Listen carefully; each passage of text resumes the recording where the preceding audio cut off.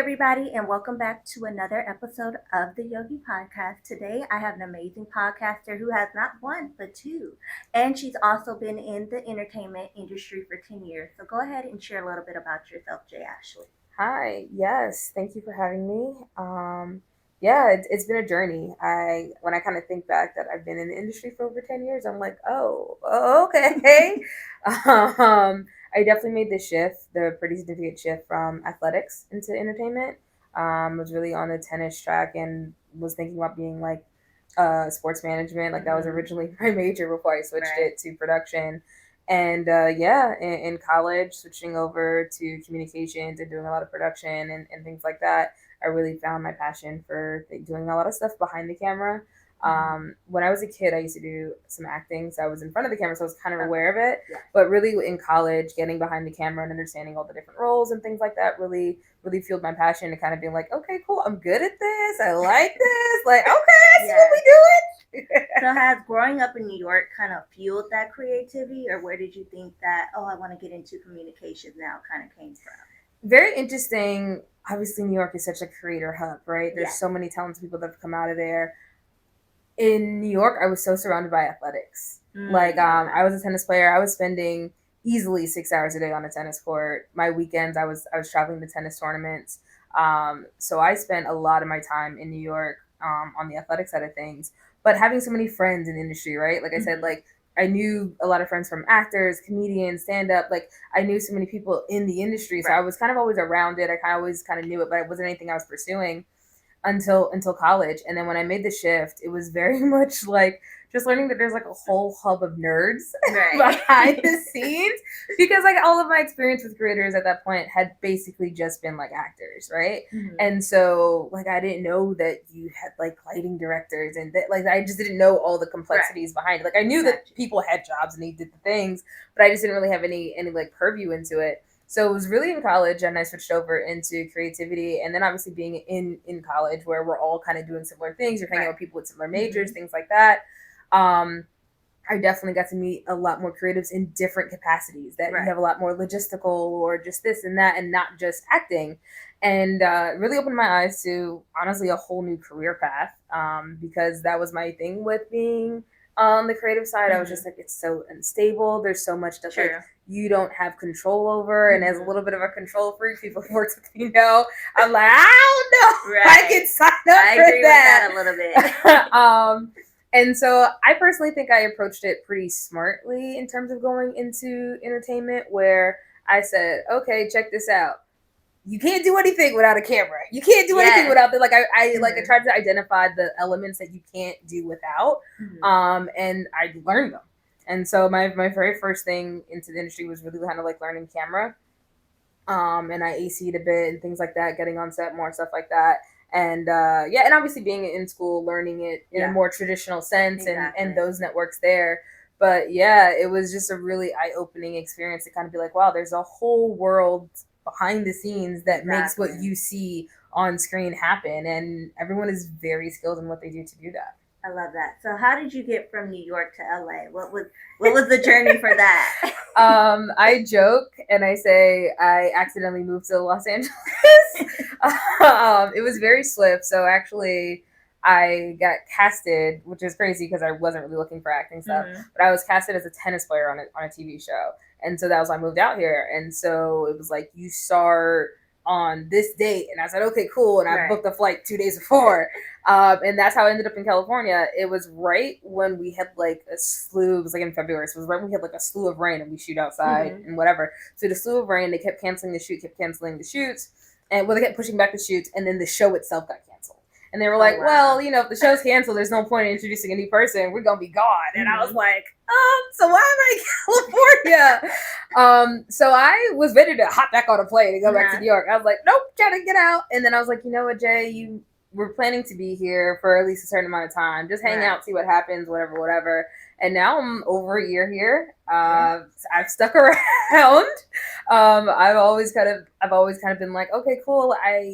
Being in California snuck up on me a little bit because it's, you know, like, okay, cool, get a place, cool, I'm comfortable, awesome. I'm bi-coastal. You know, I always have a place here. If I need to come in for work, I can always go back home to New York. And then a couple trips to New York, and I was kind of like, oh, I can't wait to get back to California. And I was like, wow. whoa. You're the opposite. Some people like, I don't like LA, I want to go back. Oh, that snuck up on me. Like when that first time that I took a trip, because I was going back to New York quite often because I moved so suddenly and so just like instantly I had the responsibility still in New York.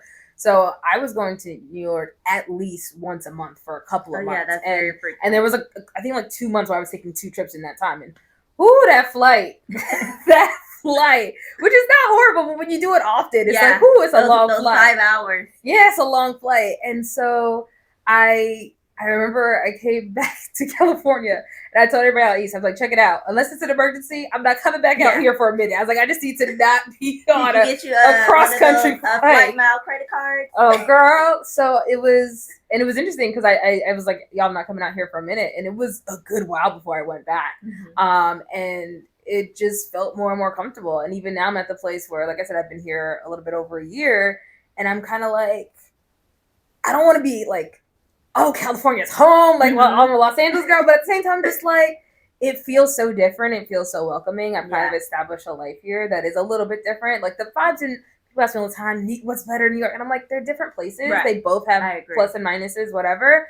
And I don't know why I always joke and say the palm trees and the blue skies in California, I will always be in love with. Like I refuse to like have that be normal to me.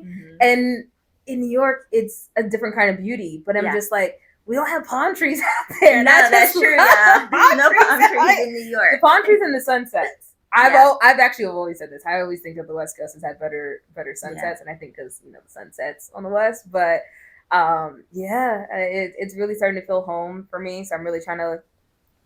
When I say establish myself, I just like really settle in and being like, I live here and I can be anywhere versus like I live in New York and I'm just in like Los Angeles for a little bit, but I'm really starting to like mentally make that shift. I'm like, I live here. I'm creating stuff, I'm doing stuff here. I'm like settling in. And do you feel the same? Because you kind of had a community, like you said, back in New York of actors and people in the industry. Have you found that here yet? Or you're still kind of searching for people that are in that kind of lane that you're in? That's a great question. My knee-jerk reaction was like, I don't know nobody, but that's not really true. Being in New York for so many years, I worked with so many people from California over the years. So when I moved out here, I had everybody I knew on the West Coast. I was like, listen, I'm out here. I don't know for how long, but whatever. And some people, reached out. I've connected with others, the things like that. So my knee-jerk reaction would be like, I still don't know anyone. But that's not true. I know people from past working experience, whatever. And then also I've met new people since I've been out here, which has been really beautiful. People call me up like, hey, I'm doing a birthday party, come through, this, then. I'm like, I love that people call me because it's the familiarity that I'm accustomed to on the East Coast where like, yo, Jay, come through. Or I'm like, hey, I'm doing something, show up, and I'm starting to get those phone calls and those text messages. And that like really makes my heart warm because I feel like the city and the people are also accepting me here. It's not to the level I'm accustomed to in New York. And I have to remind myself, I'm like, Jay, you're from New York. You lived there your entire life. You're in here. Yeah, so I try to remind myself that there is going to be a difference. There's going to take some, build up. But it's even something like things in my building. Like I still don't know my neighbors. And that's so weird to me because like I grew up like knowing my neighbors. Yeah, see, that's different here. We kind of stay to ourselves. Yes. Hi, bye, how you doing? How you been? And then we go on about our daily. Where I feel like from what has been depicted about New York, it's kind of more close-knit. Like, oh, I know so-and-so on Sunday. I can go over and get a bowl of pasta or whatever. Or so-and-so's daughter is graduating from college.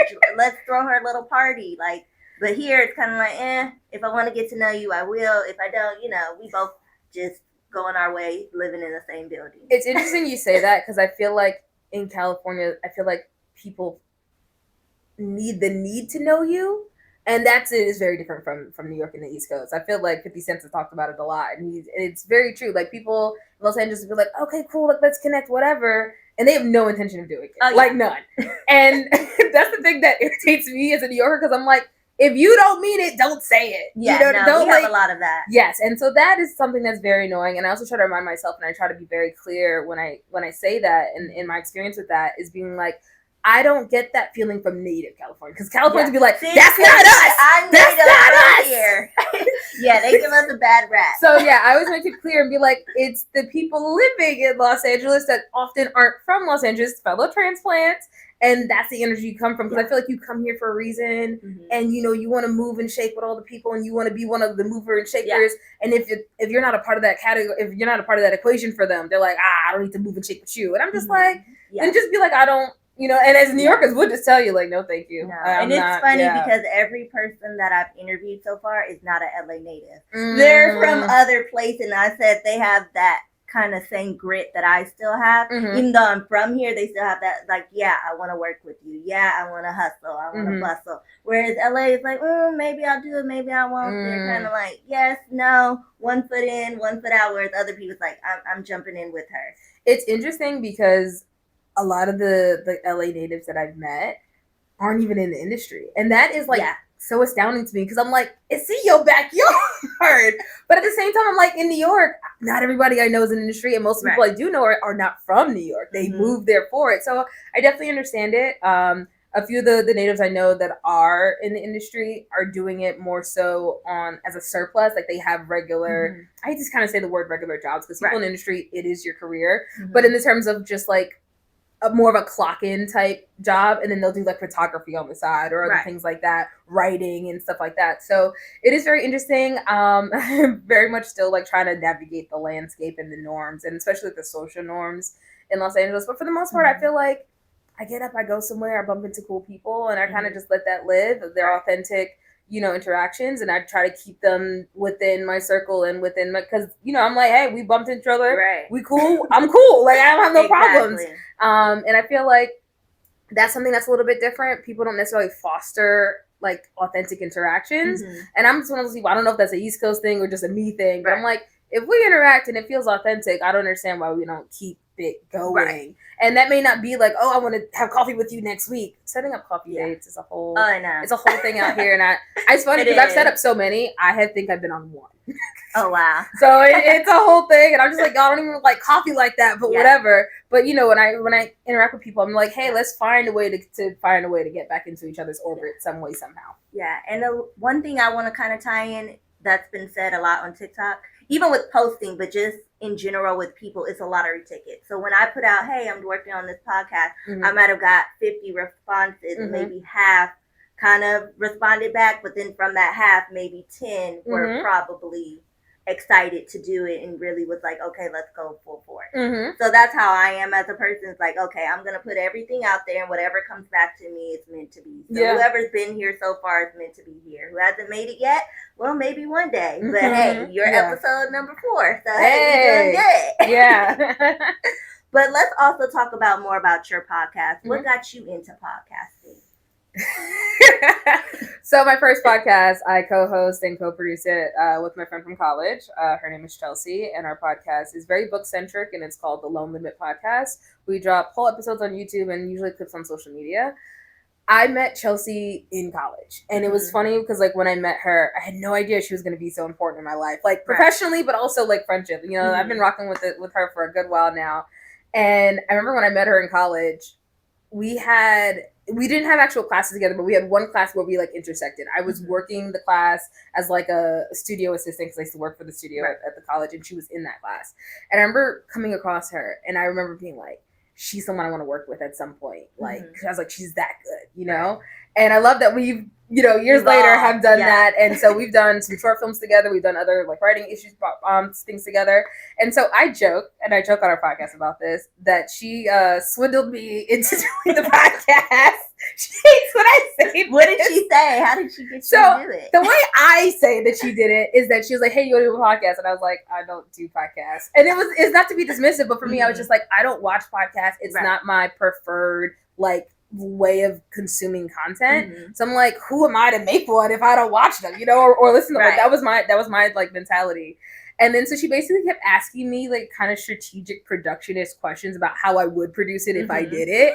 And that was just like, I would do this, I would do that, I would structure it like this and segment it like that.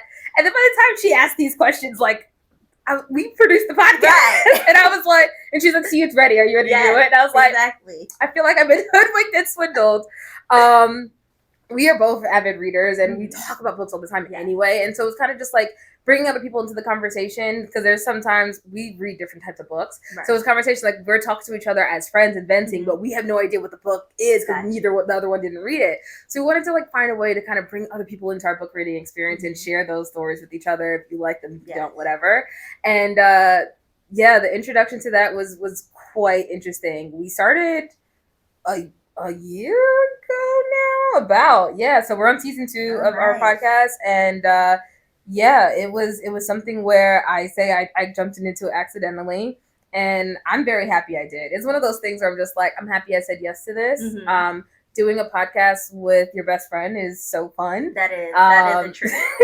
It is so fun. I love it because like on our hiatuses, we're like, I love you, but I just need a break from you for a little bit so I can miss you and come back and want to be around you again.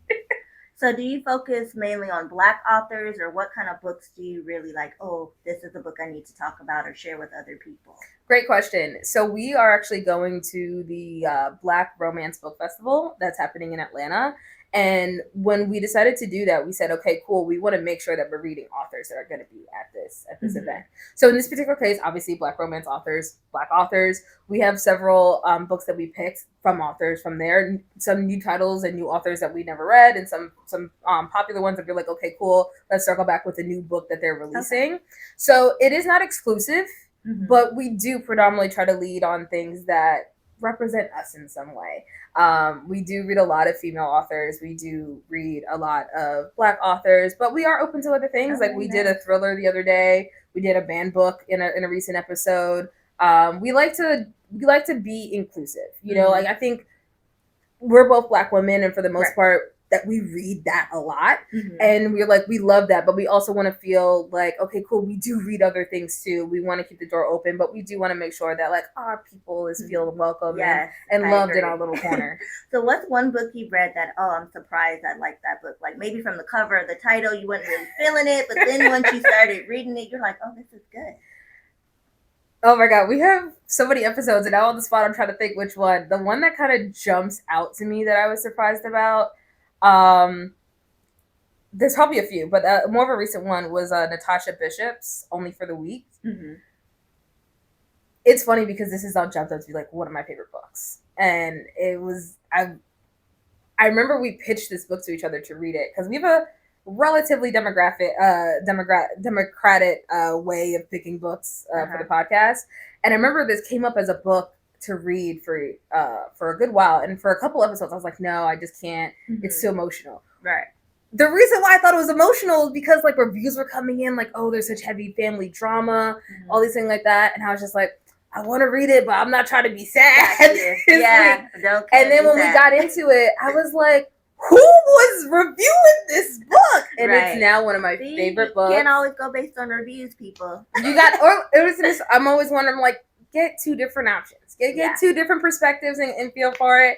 And now it's one of my favorite books. I truly, truly enjoy it. And every time I think of the negative reviews, listen, everyone's entitled to their opinion. And I kind of just go, we read differently because I loved it. Everybody else is taking something polar opposite. Because I loved it. Yeah. So let's get into your second podcast. So what got you interested in doing pop culture as a podcast? Yeah, so I'm a big sports fan. Obviously, being in the industry, I do kind of keep an ear to certain things, whatever. Literally, in our book podcast, we have a whole section called Book Tea, and it's about like what's going on in the book world. So I'm nosy, and people will describe me as a gossip. I don't subscribe to that, but people would sometimes describe me as that. Right. And for me, sometimes I just have an opinion about things, right? Yeah, and it really ended up being birthed originally with like a sports thought. But then I was like, I have opinions on more things than just sports, and that's why I kind of evolved into that.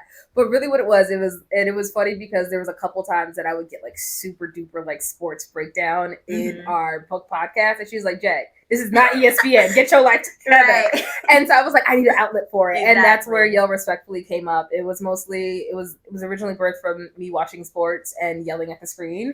And you know the keyboard yellers on social, like all that thing too. And I was just like, I just feel like I need a productive way to get this out. I agree. And then there's multiple times where, especially when it came to like something for like a movie trend or something in the industry or sports, where I'm like, I had an opinion about something or I called something. And then like months later it happens and I'm like, see, and I was like, I need evidence. And then I was like, I need a podcast so I have evidence that I was right on record months ago.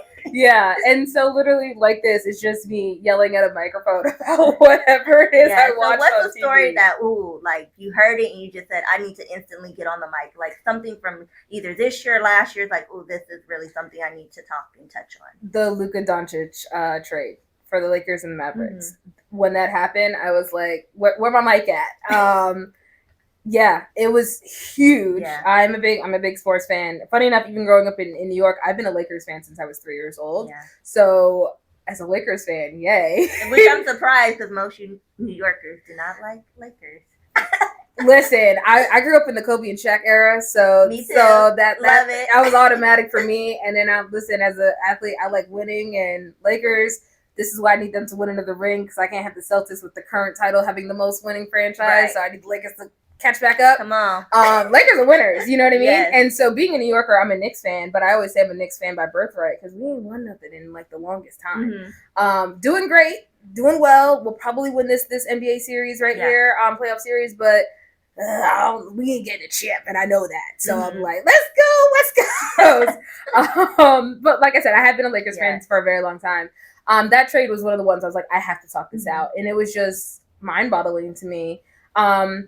Interesting enough, one of the things that I did think that the trade was going to create a problem for is still a current problem for our lineup, which was you get away your center who was well known for blocks, even when back in college. Yeah. And then, okay, cool, we kind of have a hole in our paint. Yeah. And they collectively are defending, but it's still, as we're kind of seeing against like a bigger team that has big guys in the paint, that when they have a supreme size, we have to literally lean on our perimeter, and if it's not doing what they need to do on the perimeter, we kind of cooked our goose in the paint. So things like this are kind of the breakdowns I do in terms of some of the sports and stuff. I love that. Yeah, and so really what it was just, my friend was just like, can you stop yelling? Because I would have like voice notes in my friends, and it was because I have a friend in Miami, so anything that happens like Miami sports, I'd be like, why y'all do this? And I was like, I need a healthy outlet for this. And that's where Yell respectfully came through, because we all have different opinions, but I'm like, we can yell about it, but just be respectful about other people. But my thing is, how do you find time or balance to do both? Because it's like, hey, I got to give attention to this, and I got to give my full attention to this. Now, I know you do take hiatus and breaks, but like when it comes to your calendar or your planner, how do you plan for both? My calendar is color-coded. And certain colors I can't skip, and certain colors I can maybe move around a little bit, and that is why they're color-coded. And literally people ask me, like, hey, do you have time for this? I'm like, well, let me look at my calendar. It's because I have to see. I'm also very nocturnal. And so I will stay up if I have a flight at 7 a.m., I'm not going to sleep. Like, that's how nocturnal I am. And usually, especially for Yell Respectfully, I record like midnight, 1 a.m. because I had an idea and it's kind of been percolating all day. I'll take notes and then I'll be like, I'm ready. I'm like, boom, plug it in, let's go. And when the world is quiet, that's when I should start. And I've noticed that with a lot of creative nighttime and that nocturnal time, and that 12, 1, 2 a.m. is where all the creative juices are there and you're able to get it out without any distraction. So I kind of agree with that. Sometimes I will have like a midnight thought and be like, oh, I need to either write this down or record this, put it somewhere documented. So then even if I go back to it later, I still have it. Okay. So here's a question I ask everybody, and this is one of my favorite questions, and it's kind of a fill in the blank. So whatever first word or thought comes into your mind. Being a Black creative is unique. There you go. Another new word, y'all. Everybody says something different. There we go. I love that. I love that. Yes. You said unique. I believe one of the last people said it is intuitive. So that's a good one. Yeah. I had a couple that popped to my mind, and all of them kind of just, I was like, it's a unique perspective, experience. Yeah. You got to put your own stank on it. So what advice would you give for someone who either wants to break into the industry or do a podcast? What's your final words for them to really leave them with? For people looking to break into the industry, I would say do as much research and such as you can. As we all know, the industry is in a very precarious and transitional place right now, so do as much research as you can before taking that jump. And to that, I would also say find something that is irreplaceable. As we're having things coming in with AI and things like that, find something that's irreplaceable and get real good at that real fast. Gotcha. And in terms of doing your podcast, I would say just start. Honestly, I Knock know. on wood, because I just started. No, it's literally just start. I know that sounds like people say it all the time, and I didn't realize how strong that was. Mm-hmm. When I look back to the first episode of both Lone Limit Podcast and Yell Respectfully, and I look at current episodes, I'm like, who the growth? The growth. So just start. Get that momentum going. You can fix things and adjust things and stuff moving forward. But if you don't have something to fix and adjust, you're kind of just, I got this idea, I want to do this, and you still haven't done it. Just start it. Even if it's bad, you can fix it later, I promise. I'm definitely going to take that because we are in our adjustment period right now. So that is spot on. Okay. So definitely go ahead and plug one more time where people can find you, what you're working on, what you do, so they know where to follow you and to tune into next. Yes. So, Instagram, I'm a millennials. I kind of live off of Instagram. So Instagram is usually the best place to reach me. My personal Instagram is jashbrady. And my production company is Just Awesome Because Productions. And usually between the one or two of those things, you can find all my other projects attached. All right, perfect. And thank you guys once again for tuning into the Yogi Podcast. Make sure you like, subscribe, comment, and share. And we'll see you soon. Until next time. Bye. All right, perfect. I think we got it. I always usually get it on the first run.